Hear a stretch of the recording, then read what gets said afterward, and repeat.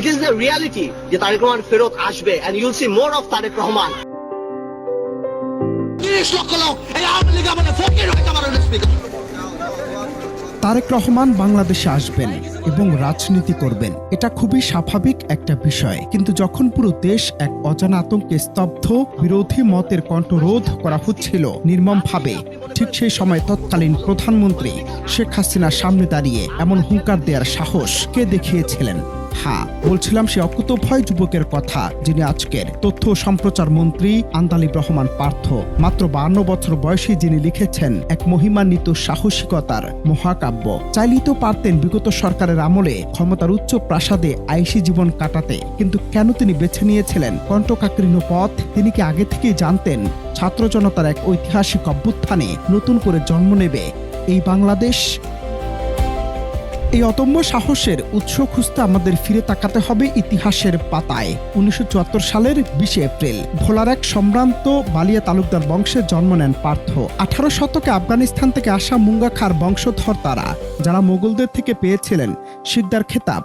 রক্তি যার নেতৃত্ব, তার পিতা নাজির রহমান মঞ্জুর ছিলেন একাধারে মুক্তিযোদ্ধা, সাবেক মন্ত্রী, ঢাকার মেয়র এবং বাংলাদেশ জাতীয় পার্টির প্রতিষ্ঠাতা চেয়ারম্যান। 2000 সালে পিতার হাত ধরে রাজনীতিতে তার পথ চলা শুরু। 2008 সালে পিতার মৃত্যুর পর দলের হাল ধরেন তিনি।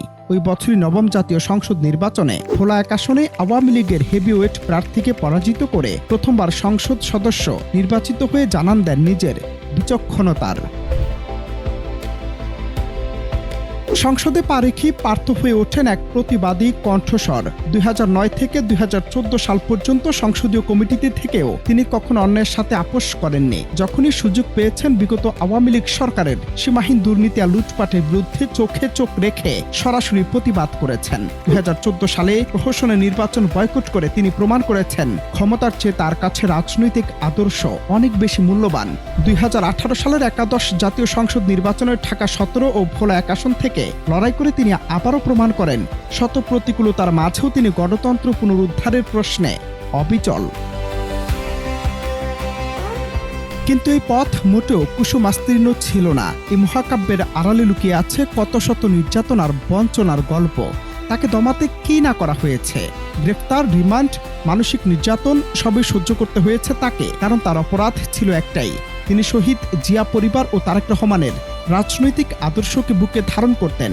শেখ হাসিনার রক্তচক্ষুকে উপেক্ষা করে তিনি বুক ফুলিয়ে বলতেন তারেক রহমান রাজনীতি করবে কিনা সেটা সেদিন বোঝা যাবে, যেদিন তিনি বাংলাদেশে ফিরবেন। তারেক রহমান কি রাজনীতি করার অধিকার রাখে কি রাখে না, এটা যখন ঠিক করবে, যেদিন বাংলাদেশে তারেক রহমান নামবে সেদিনে দেখা যাবে যে বাংলাদেশে কি হয় না হয়। শত জুলুমও তাকে তার এই বিশ্বাস থেকে এক চুলো টলাতে পারেনি। আজ যেন তাই হলো। তবে কি আগে থেকে সব জানতেন তিনি? আর আজ সময়ের পরিক্রমায় সে বিচক্ষণ রাজনৈতিক সমীকরণ যেন মিলে গেছে অক্ষরে অক্ষরে। ছাত্র জনতার রক্তস্নাত অভ্যুত্থানে নতুন করে স্বাধীন হয়েছে দেশ। আর সেই চরম দুঃসময় যে মানুষটি হাল ছাড়েননি, আজ তিনি একটি গুরুত্বপূর্ণ মন্ত্রণালয়ের দায়িত্বে। সততা, সাহস আর ত্যাগের এর চেয়ে বড় পুরস্কার আর কি হতে পারে যে তারেক রহমানের ফেরার অপেক্ষায় তিনি বছরের পর বছর লড়াই করেছেন। আজ সেই গণতন্ত্র প্রতিষ্ঠার পথ অনেকটাই উন্মুক্ত। আজ মন্ত্রিত্ব নিয়ে ঘরে ফিরলেন সেই যুবক, যার ইতিহাসে রচিত সততার মহাকাব্য। অনন্ত হাসান মাসুদ, বাংলা টিভি, ঢাকা।